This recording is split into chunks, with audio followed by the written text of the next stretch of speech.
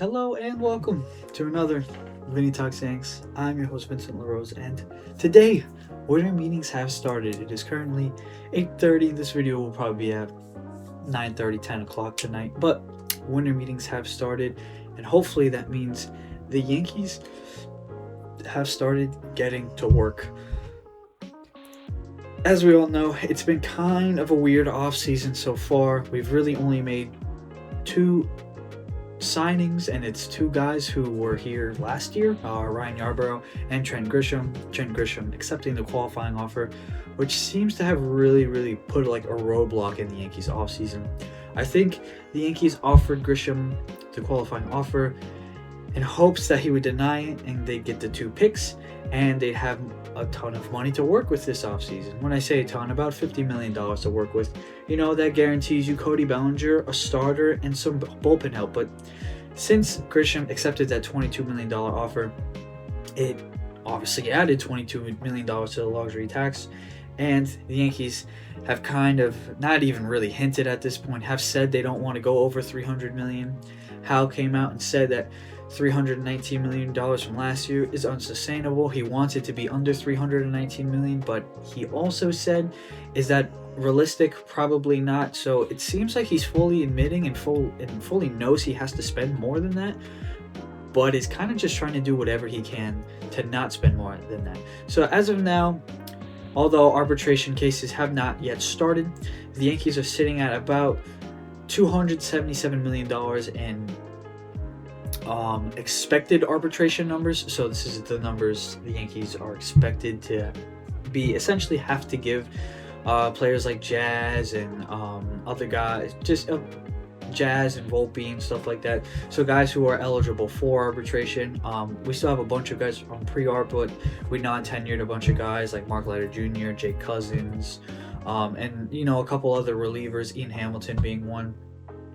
So the Yankees have probably about $30 million to work with in their eyes. I don't think they want to spend more than $30 million for the rest of the offseason.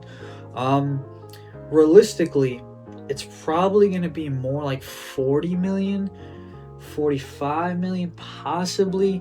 It really depends. It's probably more $40 million, because $40 million would put them at 317, which would be the number over what Hal wants to spend, but at least it gives him that gap from last year. But we also have to understand that there will also be trade additions at the deadline, so that could also skew that.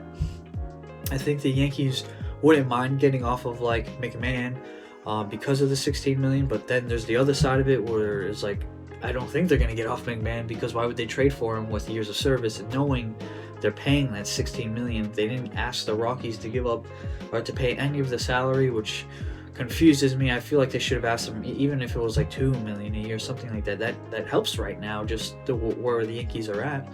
So it's going to be interesting.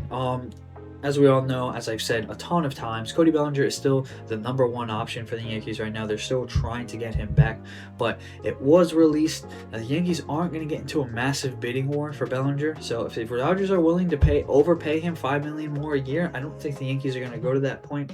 I think it's going to be really if Bellinger wants to come back, which is hard to argue if you're the Yankees, because players know you have a ton of money, and you know, cheaping out, it's a couple $1 million. It's a ton of money. But, you know, shorting them out of a couple million a year, another team is offering when you know they can afford it, is probably quite annoying for players, and they probably bother some guys. I know, like, guys like Judge, it didn't matter to him. He wanted a team around him. So it really just depends. I think Bellinger coming back will be more of a, I wanted to play for the Yankees, so I took a little bit less money. The Mets, the Dodgers, they're going to offer him more money. We know they're going to offer him more money. At the end of the day, the Yankees can't keep up with these teams anymore. Although, you know, you think, oh, we're the Yankees, we're worth the most money. Yes, we are the most. We're worth the most in all of baseball. There's not a team in the MLB worth more than Yankees. But just because they're worth that doesn't mean they actually have that in liquid cash to give to players. So I fully am on the side of Hal shouldn't have an issue spending $320 million. But there is the other side of it. But you have to understand that going from millions to billions is much smaller of a difference than going from 2 million like Hal's worth to 20 million like Steve Cohen's worth. That's a ton of money. Steve Cohen has more money than anybody in baseball. It's not even close. Steve Cohen can actually spend, and Steve Cohen and the Mets did actually lose a ton of money last year. Steve Cohen does not care because he has the money. On the other side of it, Hal, it's not like George, where George had his business making money. Hal doesn't have that. The Yankees are his business, so it has to be looked at as a business perspective. But then there's the other side of it for me. With Brian Cashman, why is Brian Cashman still employed then? Brian Cashman has given out all these horrific contracts over the years. We've taken on money like Stanton, although I fully admit it's 100% worth it. But we're taking on these massive contracts and trades with McMahon. Is McMahon worth $16 million at the end of the year? No, he's not. With the bat, his glove is elite. It's amazing. I love watching Ryan McMahon play at the end of the day. But if you came to me and said you had to give that guy $16 million a year, I'd say no. Although he was way better than what we had last year. So it's those kind of things where it's like, if that is such a huge concern, then your general manager is failing you. At the end of the day, he is. But I do think Brian Cashman has made enough good moves to not condone a firing, but I feel like there's definitely something we don't know at the end of the day, and that's where it's so hard. Because you want to get angry, you want to get pissed off, you want to be like, why, what's going on, this makes no sense. But at the end of the day, we are just regular civilians. We are not these completely just loaded rich guys. We don't know what money goes in, because of course we know the payroll and the coaching pay, but there's tons of other things the coaches have to, or owners have to pay, that we don't even know about. So anyways, I still think the Yankees should get busy in the winter meetings. Cody should be back. We should get one more starting pitcher, and then more than likely the bullpen would be worked through trades. So I'm curious to see, because I think the Yankees are going to do a little bit more than what we're expecting. They're just not going to sign a ton of guys. Look, at the end of the day, the team is good. It is a good team. We hit hardship last year at the end of the year. Just the middle of the season, what's going on. It's a good team, and it's a team that could win a World Series. There's definitely 3 or 4 other teams better than them, though, that will likely have a higher chance than to win the World Series than the Yankees. But the Yankees could win. They're not there yet. They need more to make us feel more confident in them winning a World Series. But that's that part of the video. Now, I want to get into Jason Dominguez and Spencer Jones. Jason Dominguez is such a weird topic going on right now. Obviously, as we all know, most high prospect in like the most recent time for Yankees fans, compared to Mantle, to guys like Ted Williams, maybe not Ted Williams, but like Mickey Mantle and guys like that. I don't remember his other comparisons, but he's coming up as one of the best outfielders prospects we've ever seen. He's going to be elite. He's our next superstar coming, and now, at only 22 years old, we don't know what we're doing with him, and it makes no sense to me. Yes, was Jason Dominguez amazing last year? No. Was the bat showed me enough to where I do think he can be a very good MLB hitter. Obviously, that defense is horrific. The defense is horrible. Somebody's got to work on the defense with him, because it is so bad. But I mean, look, the bat, man. Let me give you some stats. So he had 381 at bats. It feels like he played a ton more, but he didn't. 381 at bats. He hit 257, which isn't amazing, but it's not bad. There's guys on the team that hit way lower than that. 10 home runs, 47 RBIs, 23 stolen bases, which I do like. He can steal a bag, and he had a 719 OPS. Look, is it amazing? No. Is there potential? Absolutely. You might be a little bit worried about the power, the power numbers, because the power numbers aren't as good as we saw in the minors, but I do think the power will come when he gets confidence. I don't think he's very confident, to be completely honest with you, with everything going on in the outfield and all the stuff over the years, him dealing with all the injuries, all the issues with hitting right-handed. There's just a lot going on for him. I almost feel like it's a Torres scenario when we threw Torres at shortstop, where it's so focused so much on defense, the bat started to slide. Dominguez is going to be fine. I don't think we should trade Dominguez just yet. I think we should hold on and do him again. But here's where we get into the sticky scenario. Spencer Jones now. Spencer Jones is ready to play MLB baseball. If you don't think so, I don't know what's wrong with you. Having him in the minor leagues another season is a complete waste of his talent, a complete waste of everything Spencer Jones is. Let me read you this guy's minor league stats. They'll also be, obviously, you can see them. 2025, 438 at-bats, 274 average, 35 home runs, 80 RBIs, 29 stolen bases. This man can run a 933 OPS. Look, is this like, oh, he's going to hit like this in the MLB? No, we know that. If he's even 3/4 of that, he is an elite MLB baseball player. I am worried about Spencer Jones, though, because I'm very worried about the strikeout percentage. So when you sit here and you go, all right, should we trade Dominguez? Should we trade Jones? Who do we get off? Who do we get on? If we re-sign Cody, there's no spots for either one of them. Either one of them, whoever's on the roster is going to be in a bench role. They can't play infield, so you're not as valuable as Cabrera or Caballero at that point, although I do think the bats are better. The gloves aren't as valuable, and from 2 years ago, as we saw in the World Series, the Yankees cannot afford to have a bad fielding team. It cannot happen. Spencer Jones is good in the outfield, though. We're not going to have the worries about Spencer Jones playing in the outfield like we have with Dominguez. The thing that worries about me, I'm worried with for Spencer Jones, is the strikeout percentage. The strikeout percentage is high. He strikes out a ton. He's very much like when Aaron Judge was in the minors, introduced to the league, kind of like Stanton kind of thing. Problem is, Judge and Stanton have proved themselves, so when they strike out, it's like whatever. These guys hit 30 to 50 home runs every single season, and then Judge even more. Judge hits for average, although Stanton's average isn't always there, but Stanton's bat, even last year, Stanton had a good bat.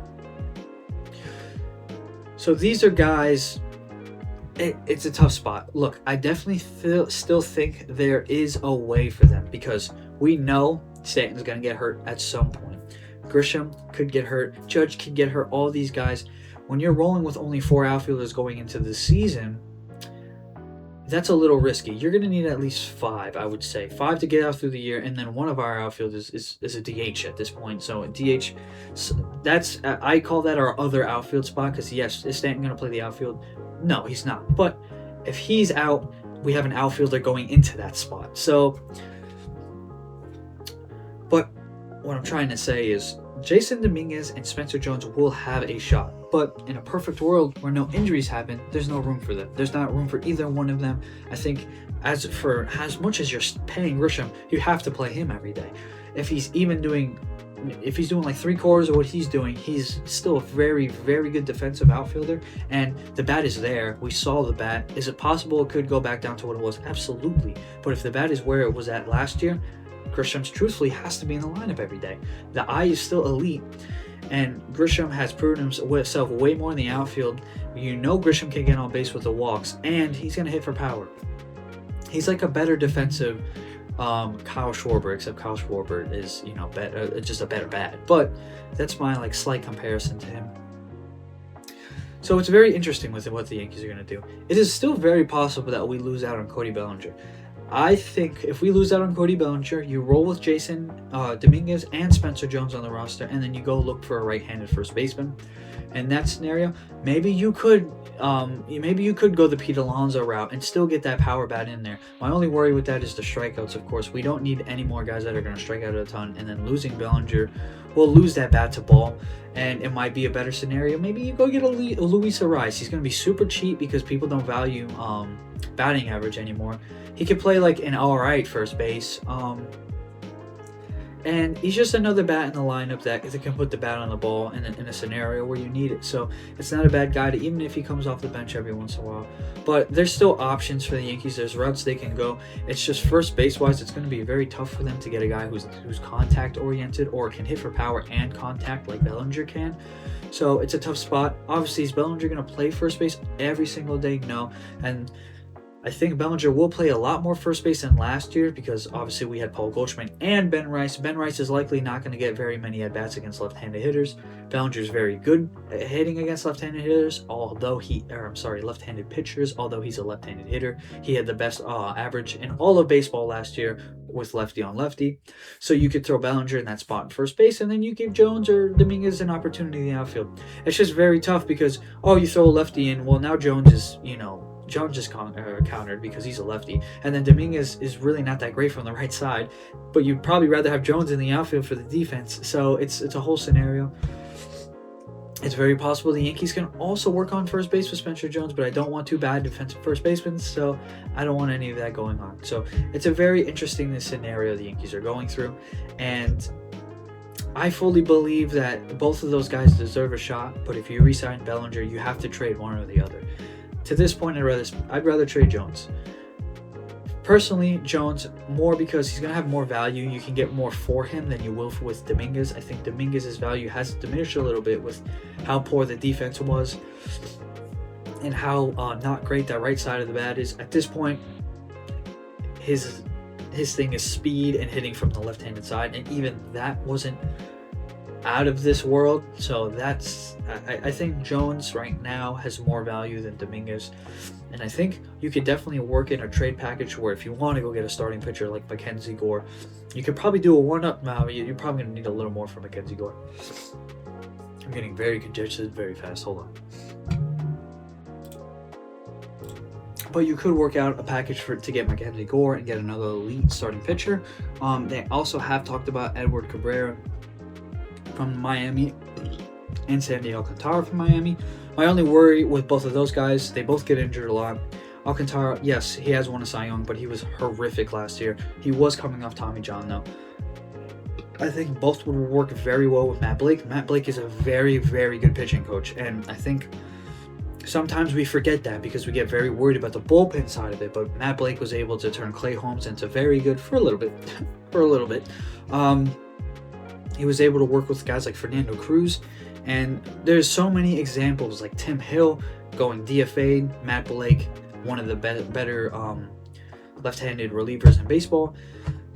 Matt Blake can work with guys. He helped Bednar a lot coming over, and I think working with Duvall all offseason will turn Duvall into elite once again. You guys will see it. I'm fully confident in Camilo Duvall's stuff, and I think he's going to be an all-star next year.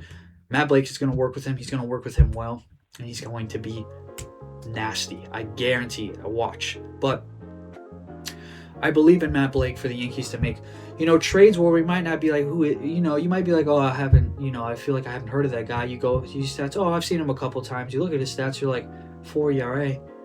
What is this? What are we trading for? Why did we give up stuff for this? But then you work with Matt Blake.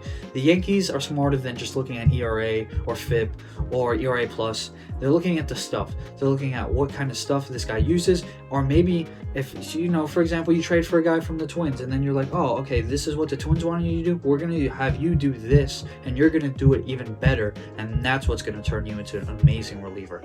Yankees can do stuff like that. Dodgers do stuff like that. The Mets have a very good pitching coach. He does stuff like that. It's very, very possible to get a guy into the right situation, into the right coaching scenario, and he can become elite. So trust the Yankees with the bullpen. I trust them with the bullpen. They're not going to go out and get any big names. Not Edwin Diaz. It's not going to be Robert Suarez. Nobody like that. Obviously, Helsley's off the board. Williams is off the board. Those guys aren't coming back. We know that. We're not going to get any big arms that you know for a fact in the past have been elite. It's not going to happen. They're not going to spend a ton of money on relievers. They're going to work with the relievers. That's what they do. They've done it well, and they've done it in the past very well. So believe in them that. I do think they need to get a starter, though. Our starting come May time, our starting rotation come May, end of May I should say, when Cole comes back, is in a very good spot. But you put the bullpen in an even better spot if you do so, and if you add another starter. It's probably not going to be Tetsuya Imai as we all hoped, although he's very good. He's going to be a ton of money. The Yankees aren't going to spend a ton of money. It's going to be somebody through trade, or maybe somebody you like, I forgot this guy, about this guy, blah, blah, blah. I can't even really think of a ton of guys, but it's very possible. for example, we trade for Mackenzie Gore. We'll say that. To start the season now, you throw Yarbrough back in the bullpen, so that gets you your long man. You have Fried, Schlittler, Warren, Gore, and Heel. That is a very, very good starting five as is. I will say this, Fried, Heel both have very extensive injury history. So it's very likely we can lose one of those two in spring training. Then you throw Yarbrough right back in, and you still have a full rotation. Then at that point, you don't have to bring up Alan Winans like we did last year to throw 90 mile per hour meatballs down the middle. So they put themselves in a good spot. Again, somebody's probably going to get hurt. You have to think of that. You have to know that. Somebody's probably going to get hurt. Rodon and Cole might be delayed a little bit longer than you would expect. So now at that point, when Rodon comes back, you kick out probably Warren, turn him into either a long man or send him back down. More than likely, they're going to keep him in the bullpen. Cole comes back. Heel can be very, very, very good in the bullpen. I'm fully on board with Heel going to the bullpen. I think he can turn into a really good 7th, 8th inning guy. The stuff is there. I know they had worries about him throwing full force because of the injury stuff. Now you only have 1 inning. You can go out there and throw full force. He can hit that 98, 99 again. He has a nasty slider and a nasty changeup. Luis Heel could be an elite guy out of the bullpen, but he's also a very, very valuable starting pitcher. So you have to play around with that a little bit. But again, somebody's going to get hurt. Heel's likely going to be in that starting rotation, or Warren's probably going to be in that starting rotation. Schmidt is interesting because obviously he's coming off Tommy John. He's not going to be back till very late in the season. Again, there could be injuries. It all happens all the time. But I think the Yankees need to get that starting pitcher out the way now. We don't need to go shopping for one during the trade deadline in the middle of the season next year. That's when they're the most expensive. That's when teams want the most for them, because teams know the value in a starting pitcher, especially when you lose guys. The Dodgers did it perfectly. They have 9 starting pitchers. How are they going to make this work? Guys were always hurt. You hop Warren right back in, and guys still even had to come up from the minors with all the starting pitching. Guess what? Come postseason time, they had the best rotation in all of baseball, and their starters were disgusting. Yamamoto, Shohei, Glasnow, they all shoved for the Dodgers, and that is what won them the World Series at the end of the day. Their lineup, even the Dodgers have admitted it, wasn't full force. They weren't all clicking. The pitching won them the championship. Yamamoto throwing two complete games won them the championship. Starting pitching is so valuable, and picking up another starter is no way wrong for the Yankees. They need to do something like that. So I'm hoping it's Imai at the end of the day. It's unlikely. It's probably going to be through a trade. I'm really worried about them trading for Cabrera. As good as he is, he gets hurt so much, and I don't think he's pitched more than 20 games in a season once in his career. I think he's only been in the MLB for like 3 seasons, but he's had 2 Tommy Johns. Cabrera's a nightmare. As good as he is very, very good when he's on the mound. He is a nightmare injury-wise. So that's pretty much what I've thought of as to now. Like I said, winter meetings I already started. It's very possible within the next couple of days we can hear some big news. I will be reporting probably nearly every single day. I'll probably post a full video. They won't be 20-30 minutes long. It might be 10-15 minutes, but I'm gonna try to post something every day. If there's any news period, any significant news, I'll 100% be posting a video.